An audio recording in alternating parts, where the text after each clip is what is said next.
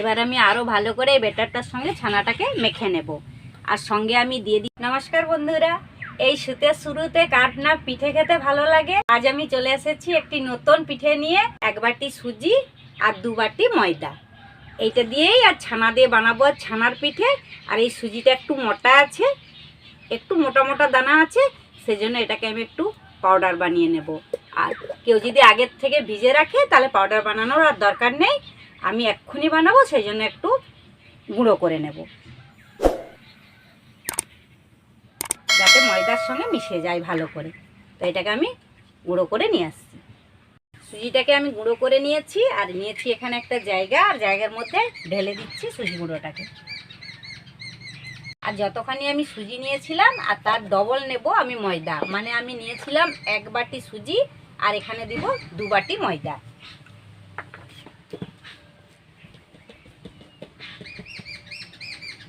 এই দিলাম 1 বাটি,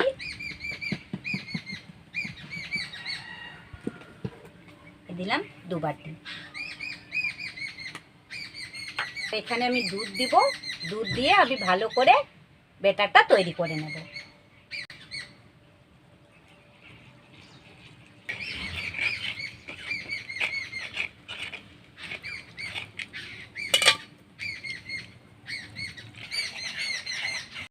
তো দেখুন বন্ধুরা, আমি ব্যাটারটা ভালো করে মেখে নিয়েছি, ঠিক এইরকম ভাবে মেখে নিয়েছি। যদি পরে মনে হয় একটু দুধ লাগবে তাহলে দেব। আর এটাকে আমি এখন রেখে দিচ্ছি।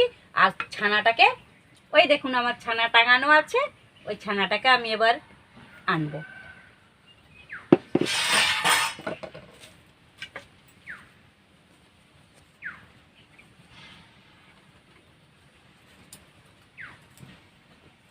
এই ছানাটা আমি 500 দুধের ছানা করেছিলাম। এই ছানাটা হয়ে গেছে, আধ ঘন্টা আগে আমি টাঙিয়ে রেখেছিলাম। ছানা হয়ে গেছে। ছানাটাকে হাতে ভাঙলেও হয়, আর হাতে ভাঙাচ্ছে একটা গ্রেডার ব্লেড দিয়ে একটু গ্রেড করে নিলে বেশি মিহি হয়।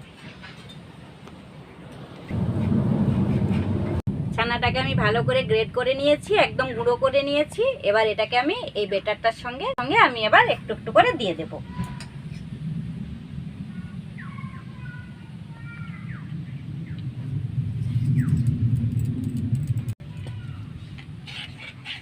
এবার আমি আরও ভালো করে এই ব্যাটারটার সঙ্গে ছানাটাকে মেখে নেব। আর সঙ্গে আমি দিয়ে দিচ্ছি এখানে তিল। আর আপনারা চাইলে নারকেলও দিতে পারেন, কিংবা না দিলেও কিছু চলে। আমার কাছে তিল আছে, তিল দিচ্ছি। আর তিল যখন মুখে লাগবে খেতে খুব সুন্দর লাগে। স্বাদ অনুযায়ী লবণ।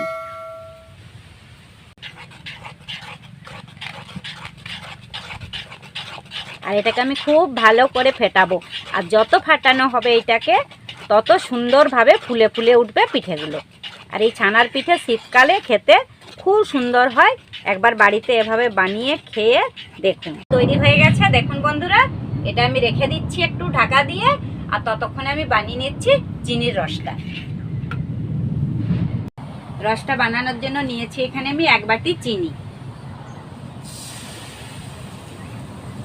দিয়ে দিব আমি 1 বাটি জল।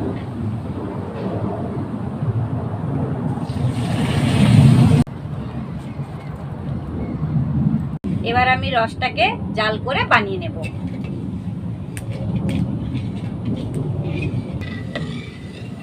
রসটা বেশ ফুটে উঠেছে। আর আমি এখানে দিয়ে দিচ্ছি 2টো এলাচ।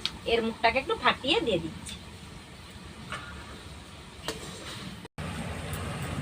রসটা হয়ে গেছে, আমি এবার নামিয়ে নেব।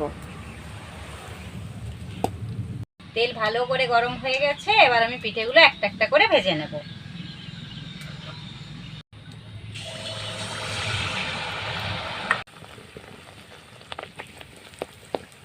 তো দেখুন বন্ধু, এইভাবে গোল গোল করে ছানার পিঠেগুলো বেশ ফুলে ফুলে উঠবে। আর বেশ গোল গোল করে লাল লাল করে আমি ভেজে নেব আর রসে দিয়ে দেব।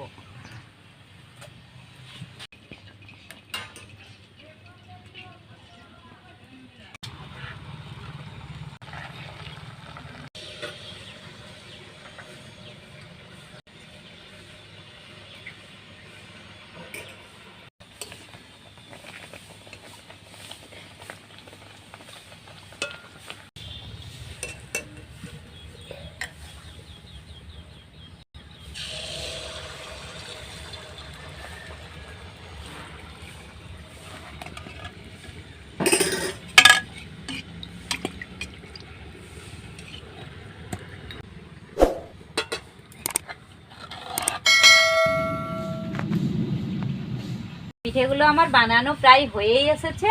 আর এইভাবে বাড়িতে বানিয়ে একবার ছানার পিঠে খান। শীতকালে ছানার পিঠে খেতে খুব ভালো লাগে, আর এই হালকা শীতে এই ছানার পিঠে খুব ভালোই লাগবে। আমার তো খুব ভালো লাগে, আপনাদের কেমন লাগে আমাকে অবশ্যই জানাবেন। বন্ধুরা, আমার সব পিঠেগুলো বানানো হয়ে গেছে আর অসম্ভব দারুণ হয় খেতে। আর একবার এভাবে ট্রাই করে, আমার পদ্ধতিতে একবার ট্রাই করে দেখুন, ভালো লাগবেই।